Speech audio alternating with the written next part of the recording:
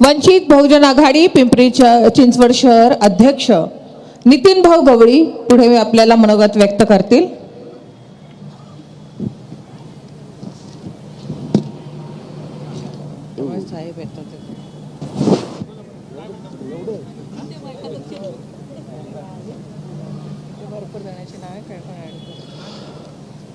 प्रथम सर्व महापुरुषांना अभिवादन।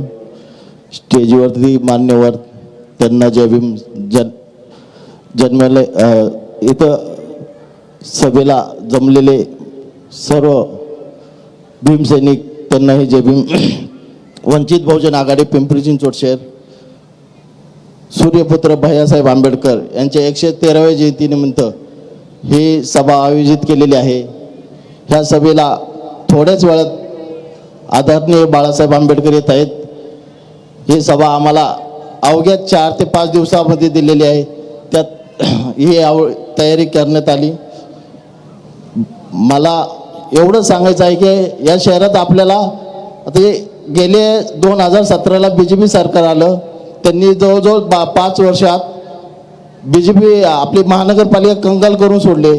जसं काय हे महानगरपालिकेचे जावळे झालेत, ह्या महानगरपालिकेचे यांच्या घरातली जन्मापासून ते मृत्यू झाल्यानंतर 10व्यापर्यंतचे कार्यक्रम महानगरपालिका करते, जेणेकरून हे आपल्या समाजाच्या टॅक्समधून पैसे जातात। ह्या महानगरपालिकेला एवढेच जर पैसे खर्च करायचे, त्यांनी आमचे सम्यक युवा मंच आहे, या सम्यक युवा मंचला महिन्यातून एक कार्यक्रम द्यावा, म्हणजे विद्यार्थ्यांचा आम्ही ते कार्यक्रम लाभू।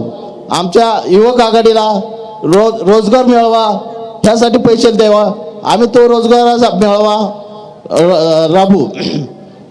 या सभेतून आम्हाला ह्या BJPला एवढंच सांगायचं आहे, हे पैसे काय तुमच्या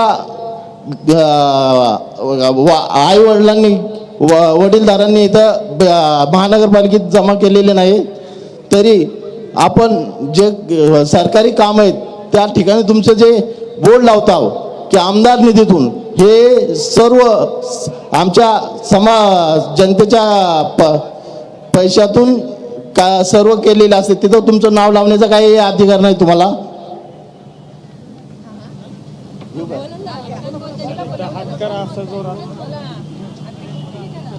मला काही बोलता येत नाही, पण मला फोर्स केला जातो की बोला, तरी मी सांगतो ह्या शहरात आपल्याला बाळासाहेबांना का संधी द्यायचे।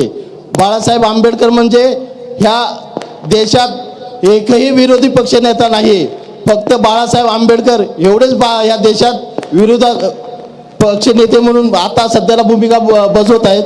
त्यासाठी आपण बाळासाहेबांना एक संधी द्यावा, एक संधी वंचितला। हे आपण खरंच शहरामध्ये काहीतरी बदल घडवायचा असेल तर आता शहरात बाळासाहेबांनी लक्ष द्यायला तयार केले।